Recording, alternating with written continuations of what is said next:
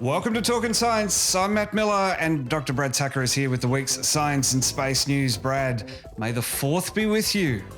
That's right, and also with you. Thank That's you very right. much. I'm just waiting for tomorrow. Well, the headlines this Tuesday, the 4th of May. Remembering Michael. Apollo 11's command module pilot Michael Collins passes away aged 90. Extending Ingenuity. The Martian helicopter gets a mission extension and new directive to aid its rover sibling. And Doomsday prepping. NASA's regular fire drill for asteroid impact takes place again. It's the 18th week of 2021. Brad, a bumper show this week. Lots to talk about. Yeah. It's been a very busy week in space. And also a slightly sad week, obviously, as we heard with Michael Collins. Yeah, absolutely.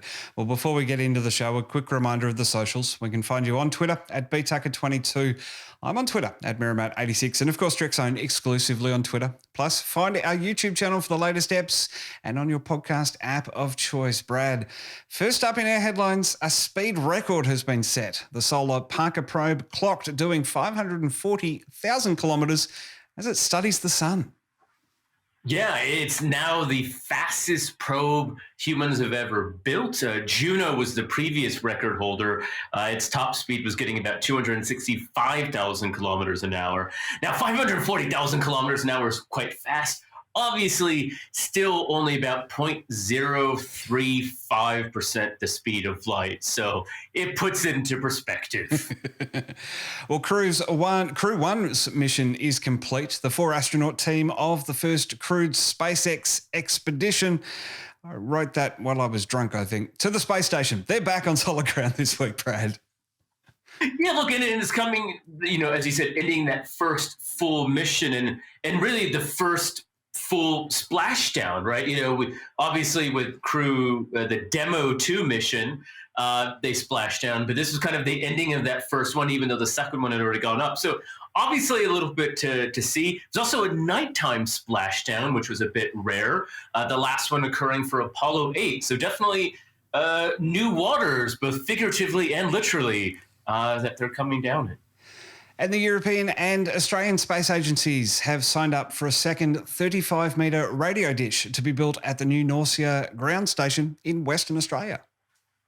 Yeah, we hear a lot about, or at least I do, because they're my neighbors, the NASA Deep Space Tracking Station. They literally are my neighbor, but Australian neighbor. They're 30 minutes down the road. But ESA does have their facility, as you said, and another dish to add to their growing facility out there because of, again, how many missions Europe is building. So once again, showing one of the big roles Australia plays in a lot of these things is using their eyes and ears to aid and navigate spacecraft.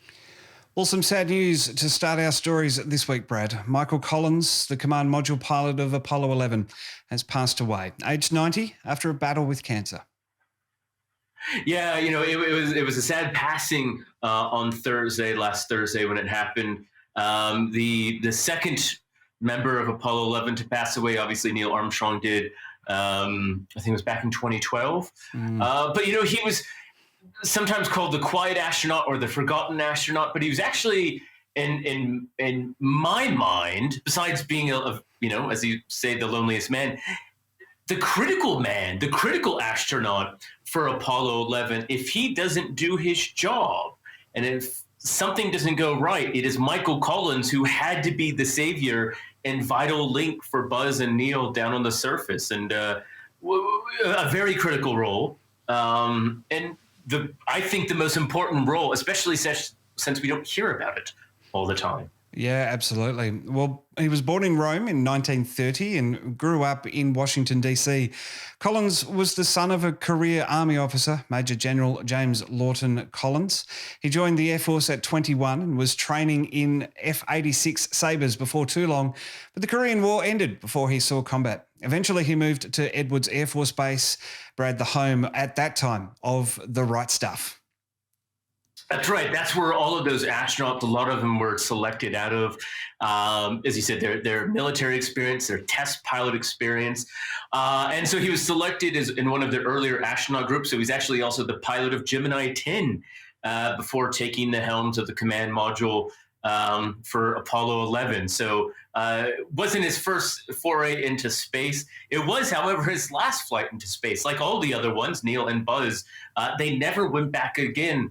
They achieved it, right? They were the winners of this race. And so they were rightfully celebrated in their legacy of space history. Well, you beat me to my next point, because I was going to say that he was part of the third class of astronauts in '63. And his first mission, as you say, 3 years later, saw him join John Young aboard Gemini 10, which was the first time two spacecraft docked in orbit. The Gemini missions, of course, leading up to Apollo and testing the ground for everything that they needed to do to get to the moon. Yeah, and that docking was one of the big things, because they knew the docking is what was critically needed in Apollo 11, or in the Apollo missions, because they would have the lunar module, they'd have the command module. They know they would have to descend to the surface and come back, so they had to get the docking right. And as you said, so it was a very critical experiment and flight that Gemini 10 did, and so he was in the heart of the space race for years. And it's interesting, because when he's selected to be Apollo 11, it's kind of like, all right, think about it, hey, we're in this race. We're going to try and get to this race. You're going to win it. You are going to be the three that win it, except you, Michael. You're going to run and stop 400 meters short of the finish line, and then watch them finish and then drive them back. And that's ultimately what he did. And he didn't question it. He didn't question the limelight. He was proud of what he did, because he knew someone had to do that role, and it was him. And without him, that mission is not a success. Absolutely.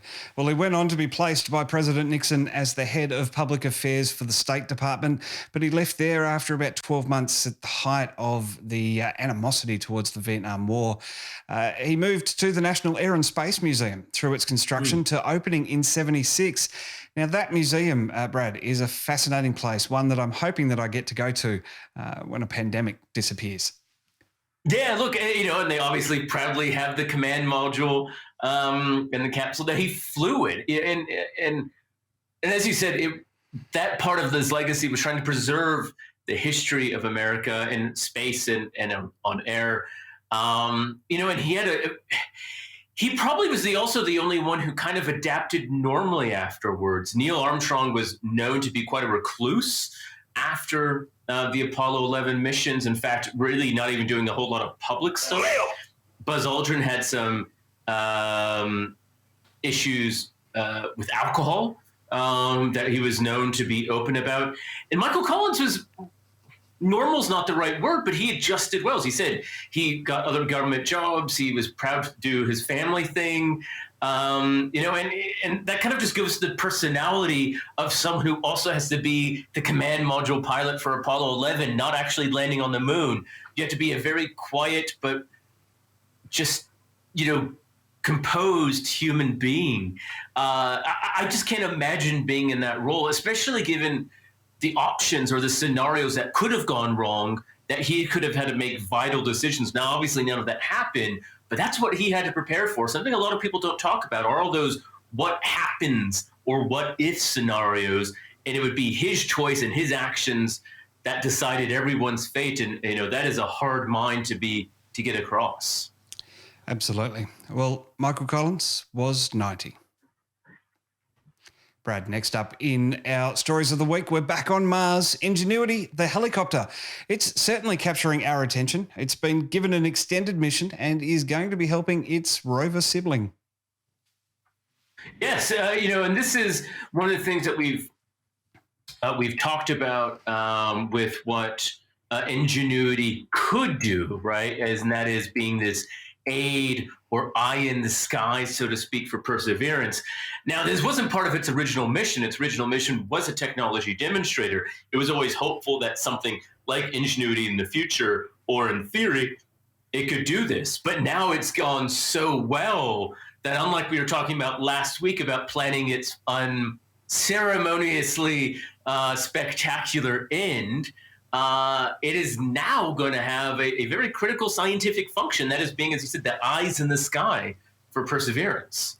Well, after 3 successful flights, this is a big boost to the Ingenuity team. They get to spend the next 30 days hunting for life in Jezero Crater. Yeah, and this is exciting because one of the things that we've mentioned before is the Perseverance or other rovers as well. They're not built for speed, right? They're only going 140 meters an hour. They don't cover a lot of ground. Ingenuity's been able to cover that distance in a minute, so it can quite quickly go ahead, look and scan, as you said, Jezero Crater, because that's where Perseverance is. It wants to find the best places to dig and look for rocks. And imagine if the best place is all the way across the crater, or even if it's a kilometer away, right? That's going to take 10 hours of driving for this rover to get there. So it's not going to do it pretty quickly. So this Ingenuity is going to be tasked to go and map all the different areas, report back, and essentially help Perseverance find the best places to go look for its mission, and that is potential fossil remains of life. Well, NASA had this change of heart on Friday, gave the team this new mission. Personally, I'm pretty glad that they did this because a long-range crash landing just wasn't going to befit Ingenuity and the mission that it had achieved. Yeah, look, it would be quite sad to see it go that way, and that would be the end of it. And I think that will still ultimately be the end at some point when they know they're about to run out of battery and power and life. However, it's still critical because now that they can keep going and they have this extended lifespan, they can keep searching, they can keep working, and they can keep using it for what everyone was hopeful for, is to do this exact purpose. Because also they can show that this sort of technology does exactly what people have been saying it could do, and that is aid in the exploration of the surface. So really boosts the design, the funding, and the building of the next wave of helicopter drones to go to Mars. So really kind of completing a more fuller mission, instead of just technically showing what it can do, also scientifically showing what it can do. The best part I love about this is that obviously it's going to get further downrange and it's going to get higher than a rover can. And it's got cameras on board as well. I think the best thing that's going to come out of this, not just the geological research, but also the images that we're going to see for the first time, different perspectives of Mars. Exactly, that's right. The elevation, as you said, that you can't get besides just the distance. Being able to see things from above versus on the ground, that does change. We know naturally you see different weathering patterns, for instance, on rocks or composition than you do on the surface. So there's a lot of different things that this will aid. And again, really help in that formation of the next wave of these missions that go to Mars, and hopefully have bigger and better capabilities than what Ingenuity has. Not that Ingenuity isn't great. I mean, keeping in mind, only 2 weeks ago now, people were just hoping the thing took off and didn't crash, right? That's where we were. And now we're doing literally exploration on the surface of Mars. It's quite amazing how fast and far it's come. Well, lastly this week, Brad, the biennial Asteroid is coming. I forgot the quotes. The biennial Asteroid is coming and we're all doomed drill from NASA was held virtually at the end of April. That's right. One of those things where, yes, there is something called the NASA Planetary Protection Office, and yes, they do run drills. Now, the good news is we failed less than last time. The first time they ran it, I think it was a spectacular fail. This was I think probably everyone could say a learning fail. So, you're going on the right track. It's like going on an exam where the only question you know how to answer is your name versus you at least had a good shot, even though you got most of them wrong. So they are progressing. And it's a really, as funny as it is, it's actually a really important thing into showing, testing, and evaluating our capabilities of asteroid detection, science, and then how we can use that information to limit damage here on Earth if an asteroid were to hit it. What I love is that Talking Science now in its third season, we've actually covered the last one where we failed spectacularly. And this time around, initial estimates had Australia and Antarctica as the only two continents to be spared. Those were the initial estimates in this simulation. There's something to be said about living far removed from everyone, Brad. That's right. We're just sitting there going, we'll watch the show. But no, it's but it really, they went through the process of we detect an asteroid. Okay, well, where is it going to hit? And then it's true. In reality, we would have such a big range, especially if the data isn't there. Then simple things like, okay, well, now that we actually know there's an asteroid, did we detect it before and miss it? Because this does happen if you get a really faint object and you can't really be sure whether it's noise or a real object. Would we have seen that before? And in this case, in the simulation, they show that the asteroid actually was detected back in 2014 with its first pass. Again, this is all a theoretical asteroid, but we do know this happens. So now that they detected 2014, that immediately improved the orbit and trajectory and therefore the potential crash or hazardous zone. And so there, it makes a point that, well, if we were sensitive enough like we are today back in 2014, we would have known what we know today back in 2014. So that would have changed our preparation from 6 months, like the simulation is, to 6 years. Now, that is a big difference in terms of what you can do because the options are potentially really real for what we can build and launch in 6 years. You cannot really build something, as the simulation shows, in 6 months, unless you have something essentially standing at the rocket ready to fly, which isn't the case. You could also go to an oil drilling platform off the coast and grab a hard nut team, a crack team of oil drillers, possibly as well, and put them on a couple of military space shuttles that we just happen to have lying around and lose one shuttle but successfully detonate a nuke.